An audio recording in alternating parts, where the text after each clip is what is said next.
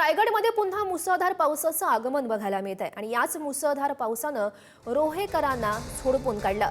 अचानक आलेल्या पावसामुळे व्यापाऱ्यांची चांगलीच तारांबळ उडाली। शेतीचं सुद्धा मोठ्या प्रमाणात नुकसान झालंय अशी ही माहिती मिळते। दरम्यान हवामान खात्यानं पुढील काही दिवस पाऊस पडणार असा अंदाजही वर्तवलेला आहे आणि त्यामुळे शेतकरी मात्र चिंतेमध्ये सापडलाय आणि या सगळ्याचा आढावा घेतलेला आहे आमचे प्रतिनिधी सागर जैन यांनी। बघूयात। मी आता रायगडच्या रोहा या ठिकाणी उभा आहे आणि आता आपण दुपारी 2 वाजलेले आहेत। त्या अचानक मुसळधार पाऊस आले।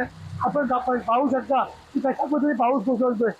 तितक्याच पद्धतीने वारं सुद्धा आणि काळे कुठे ढग अंधार केलेला आहे आणि विजांचा लखलखाट आणि ढगांचा गडगडाट तर पाऊस कोसळत आहे।